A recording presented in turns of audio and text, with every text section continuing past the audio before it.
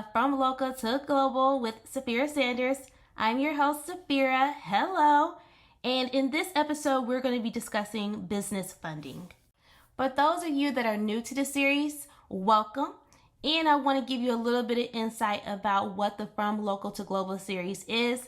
It is a 20-part digital workshop where myself and others from my extended community, we're going to discuss how to enter and thrive within the global community. So please stick around. Feel free to watch the other videos. And before we kind of get into business funding, which I'm pretty sure a lot of you guys are here for, clearly, we're going to thank these sponsors.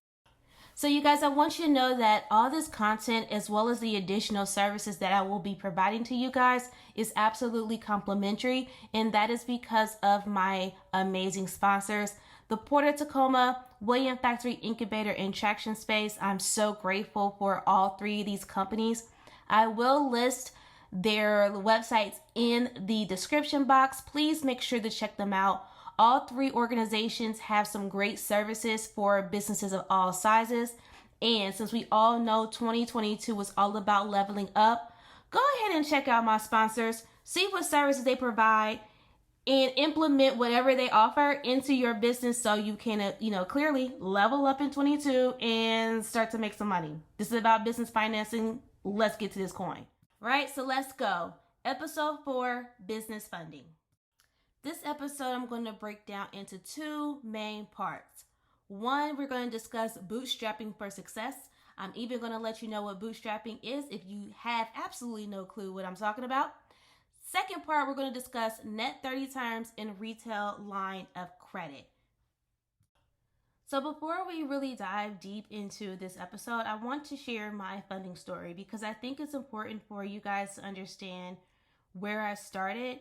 And I want you guys to know firsthand that if I can do it, you can do it too. Unfortunately, if you are just now starting out, like if you just received your incorporation or your LLC, more than likely you will not receive traditional funding. I don't want you to completely, remove that idea from your mind forever, but at least right now I want you to be focused more on obtainable coins and really just being able to stack a coin, right? Just speaking very candidly with you guys, right? We're talking money so that you're able to get to the end game, which is producing a product. So some advice that I would give you guys that have access to a friends and family network is when you do approach them and ask them for money, like pitch them. So on top of my parents, another one of my investors was actually like a guy friend of mine. And I legit pitched him. Like I did the whole deck. I did the whole presentation with the financials. I mean, I really went completely full out. Yet that was someone I was like dealing with, and he completely funded my first company. So from there, I've just been like growing and growing and growing and going like so hard. Like every time I would make a decision, I would think about my parents and my friends that like invested in me and just wanted to do so right, not only by myself, but by them too. So I want you guys to start to think of maybe some friends and family that can help you initially start. Once you have that list, create an actual deck. So when you go to them, you can pitch them correctly and make them a part of your process. And it doesn't have to be a lot of money, right? But I do feel like when you do that first friends and family round, just make sure that you're being professional and really showing your friends and family this business side of you because they may or may not witness it before. And I'm a firm believer that you want to come out the gate correctly. So I know that in other episodes we discussed like having the basics down packed. And this is why I stressed wanting you guys to have the basics down packed, because without those things, you wouldn't be able to ask anyone for money. You wouldn't be able to receive a retail line of credit, which we're going to discuss. It would be very difficult you to bootstrap an organization when you don't have an organization to begin with. So that's why I stress so much the basics, because now we're really getting into money and manufacturing. The next part of my funding process was when I decided to like stop chasing checks and like start chasing the vision. So you guys all know my skill set.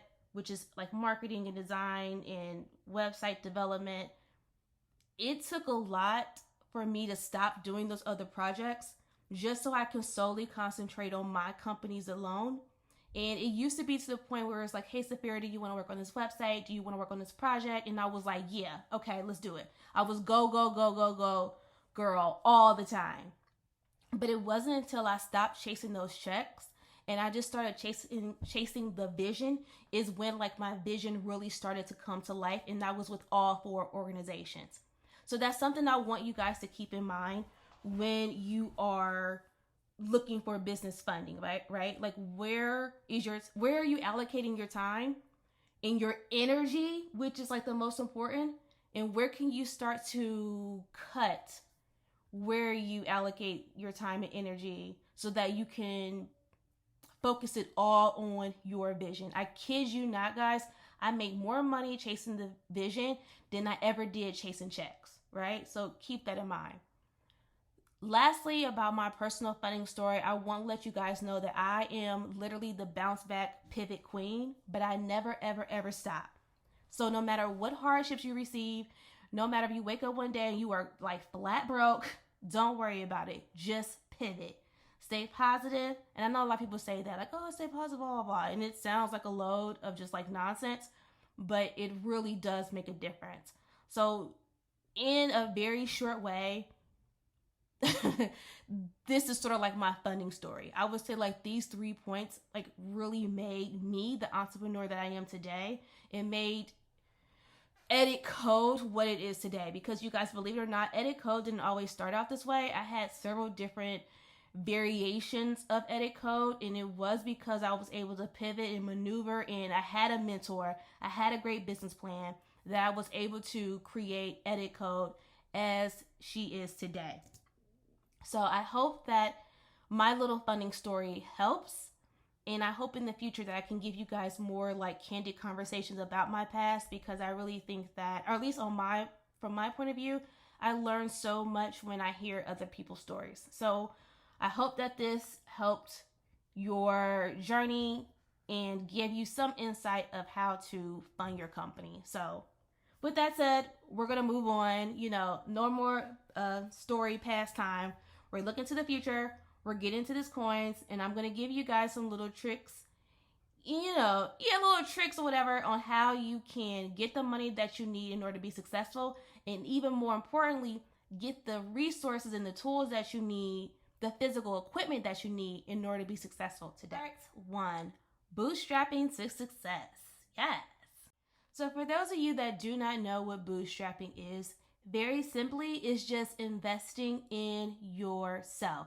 The most important investment you will ever make is the investment in yourself. Moving right along to bootstrapping to success. In this section, I'm going to cover the money strategy as well as some pros and cons, so that way you are fully prepared for what you're about to get yourself into and what you can expect. So when considering bootstrapping, I do suggest that you create a money strategy. And this is my 4-part money strategy. And I think what it does, or what it did for me, was allow me to have like a true 360 view of all of my finances. That way I was able to figure out, where can I cut down the budget? Where do I need to maybe like rethink or remanage different bills or other assets that I had? So again, I just want to let you guys know that I honestly just think bootstrapping is just the best method when you're starting out.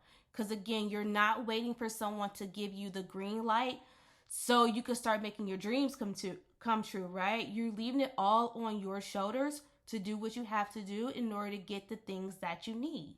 So I'm going to go over 4 parts of the money strategy method that I created, which allowed me to be successful. I was able to save my money and of course launch my companies the way that I wanted to. So first, I would say create a business budget. It's very similar to your personal budget, except for it's going to be for your starting and operational cost. I will add a very short little example in here just so that you're able to get a full understanding of what I am referring to. Now, in my example budget, I am showing you guys basically what would be sort of like the packaging section of the budget. So I do highly suggest that when you are creating your business budget, that you break it down in sections. So one would be your, of course, the budget for your materials, in terms of like the actual product. Then another section would be like your mailing materials, like I have shown here. So what I've done is basically just itemize all the things that would be a part of shipping an item to the consumer. I have listed the amount in which it will, how much it's going to cost me. And you can get a very good scope of that by maybe just contacting the companies you want to work with, or even just checking out their website. A lot of times, once you open or establish that business relationship, you'll get sort of like that members only access to their website, and therefore you'll be able to see their prices.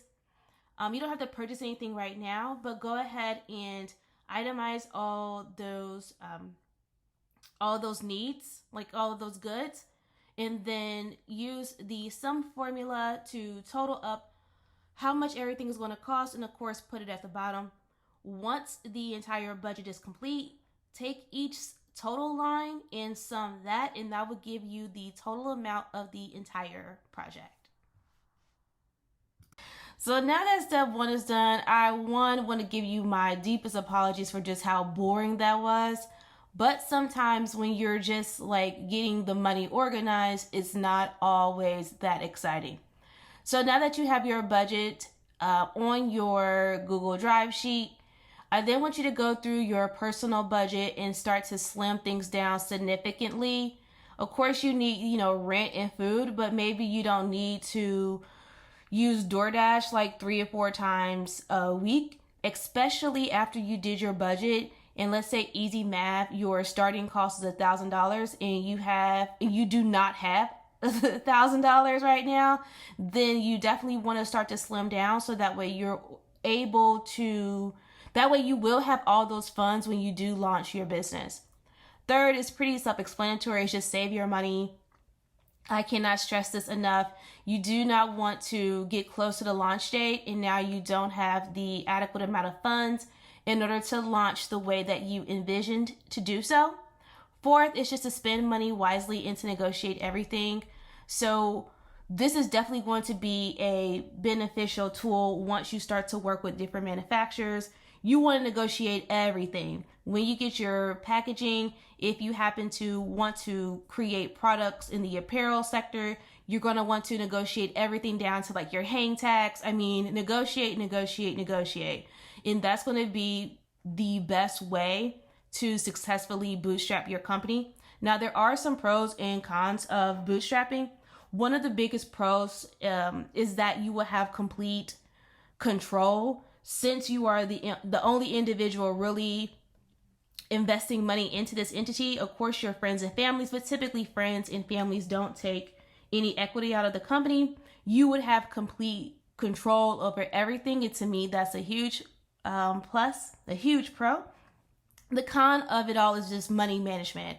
If you are currently not the best with managing your money, it might be a little bit more difficult for you to bootstrap your company. Not saying you won't be able to do it, but you might have more downfall. And absolutely no worries. When it is time for you to launch, I am confident you will be a pro with money management. Part 2, net 30 terms plus retail lines of credit. Another great way to fund your company and to purchase all the goods that you are going to need in order to run official and efficient day-to-day operations are companies and retailers that offer net 30 terms. And so I'm going to dive into 2 of my favorite companies, one that offers the business line of credit and the other one that offers the net 30 terms, and why I love these companies so much. So very quickly, net 30 just equals payments terms that allow customers 30 days to pay an invoice. Sometimes a company will allow 60 or 90-day net terms if you have a relationship with that company, but initially all those terms start with 30 days. Next, we have the retail line of credit, and that's just a revolving loan that allows access to fixed amounts of capital from one particular company. The two companies we're going to discuss today is Amazon Business and Uline. I've discussed these businesses before when I shared with you guys how the importance of business credit. But for this particular category, I am stressing their importance because they are going to give you access. Oh, my alarm. Sorry, you guys. It's going to give you access to the goods that you need, again, just to run an efficient day-to-day operations. So Amazon Business, I personally use. I have their business line of credit, and it's very helpful because it did allow me to sort of like update all things tech. So you guys know how I design, and it is very tech heavy. And when I first started out, I was like trying to use like old software, and just everything was sort of like late and dated. So I use my Amazon business line of credit in order to upgrade everything. And what you're going to find is that once you have those upgrades, your headaches are going to like disappear, right? Because you have given yourself the tools that you needed in order to succeed. So just kind of a heads up, you guys, I believe that in order to efficiently thrive in the manufacturing space, you should have a laptop or some sort of desktop. It didn't, in my opinion, it really didn't work too efficiently trying to do a lot of communications over tablets. I understand if that's only what some of you guys have right now, maybe like your tablet or like your phone. But I highly suggest that once you have established, again, the basics, right? So whether your LLC, your corporation, your EIN number, and your business checking account, from there, I would then head over to Amazon Business and see if they'll give you a business line of credit.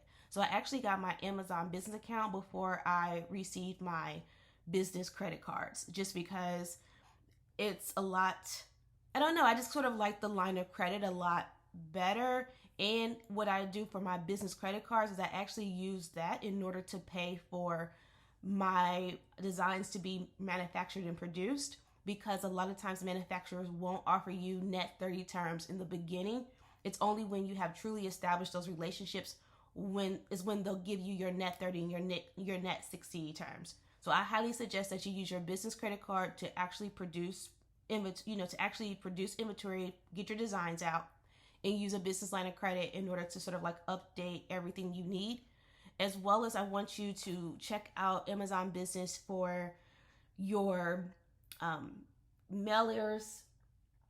Not your mailers, but like your printer to print out your mailing slips. That's going to be handy. You're going to need a scale. You're going to need several other pretty significant items in order to ship product to the customer. So I want you to have all those things ready. You don't necessarily need to buy them before you purchase the product, but at least go ahead now and get like your laptop and your desktop, a brand new phone if that's available, and then any other light tech that is needed to thrive within your industry. One, starting with invest in yourself. Like, I cannot tell you guys, like, out of all the gifts I've ever given myself, that initial investment into like myself, my skill set, and my designs, I think is the greatest gift that I ever received from anyone, including myself.